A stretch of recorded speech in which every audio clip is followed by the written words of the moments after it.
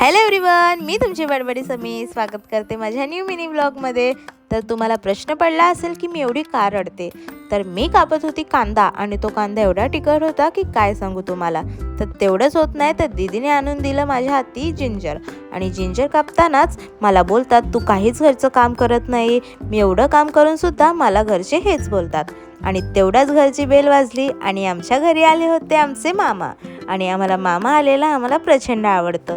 तर मामाच्या खुशीमध्ये दीदीने बनवली होती आज कोलंबी बिर्याणी, आणि कोलंबी बिर्याणी एवढी सुंदर लागते की काय सांगू तुम्हाला। आणि त्याचबरोबर मम्मीने बनवलं होतं मच्छी। ती मच्छीचं नाव काय मला आठवत नाही, पण खायला खूप सुंदर होती। मग जेवण वगैरे झाल्यावर आंघोळ केली, त्यानंतर मी गेली होती बाजारामध्ये, पण बाजारामधलं शूट मी काय घेतलंच नाही, विसरून गेली। मग घरी येऊन मला आणि माझ्या घरच्यांना मस्तपैकी चहा बनवली। मग चहा पिऊन झाल्यानंतर स्टडी करायला बसली। मग स्टडी करताना दीदी करत होती नेल्स, मग तिचे नेल्स पाहत होती, आणि तिचे नेल्स बघून मला एवढ्या लोकांनी DM केलेत की काय सांगू तुम्हाला। तर त्याच खुशीत दीदीने माझ्यासाठी मागवलं चॉकलेट बाउल। मग चॉकलेट बाउल खाऊन मी इथे स्वीटसारखी एंडिंग करते। Thank you for watching my blog, bye.